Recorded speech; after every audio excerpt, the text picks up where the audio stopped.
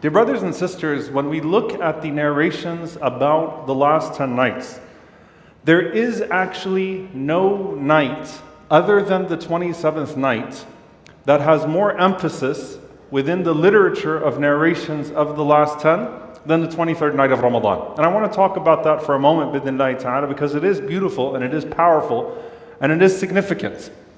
And I'll start with a narration from Abdullah ibn Abbas radiallahu ta'ala anhuma, and Muslim Imam Ahmad, where Ibn Abbas radiallahu anhuma describes himself in the masjid of the Prophet sallallahu alaihi wasallam, and he says that he was overcome by sleep, so he dozed off. So if you get tired and you find yourself dozing off in these last 10 nights, don't feel too bad. That's actually part of your ibadah, that's part of your struggle with Allah subhanahu wa ta'ala, that you're trying to fight through and worship Allah subhanahu wa ta'ala. So he said that I dozed off in the masjid of the Prophet sallallahu alaihi wasallam, and then in my dream, someone came to me and told me, Inna layla Laylatul Qadr.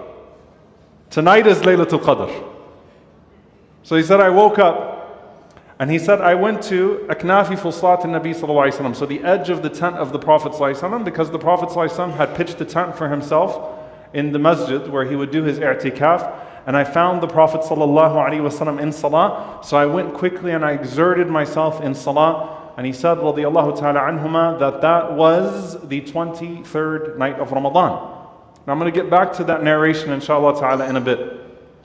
There's another narration from Ali ibn Abi Talib radiyallahu ta'ala anhu, indicating on another year that the Prophet sallallahu alaihi wasallam was walking with him, and the Prophet sallallahu alaihi wasallam mentioned the appearance of the moon being like a plate.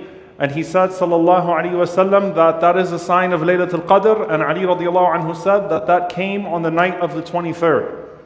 And then there's the narration of Abu Sa'id al-Khudri radiyallahu ta'ala anhu, where he said that before the last 10, the Prophet ﷺ, as he stood up and he gave everyone the admonition to keep themselves dedicated and devoted throughout these last 10 nights, he said ﷺ that he had seen a dream that on that year of Laylatul Qadr that he was prostrating in the mud, alayhi salatu wassalam, that he was making sujood and there was mud, meaning there was rain, and he made sajda and there was mud on his face sallallahu alaihi wasallam.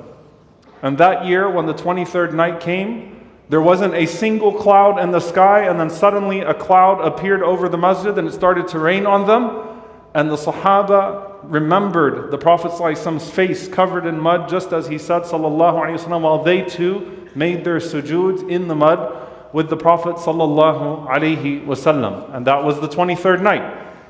So you won't find a night in the literature about when the last 10 nights is after the 27th that's more emphasized than the 23rd. So you'll find it being attributed to Abu Sa'id al-Khudri, Ibn Abbas saying the 23rd or the 27th, to Aisha radiallahu anha, to multiple companions. And in fact, that's one of the strongest indications that Laylatul Qadr does in fact change every year. Because if you were to take the narrations about the 27th night, you would say it has to be the 27th night.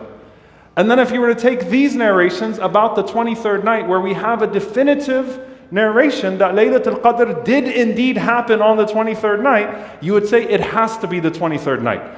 And so in that is one of the most definitive proofs, in fact, that they offset each other, as many of the scholars say, that it does change from year to year.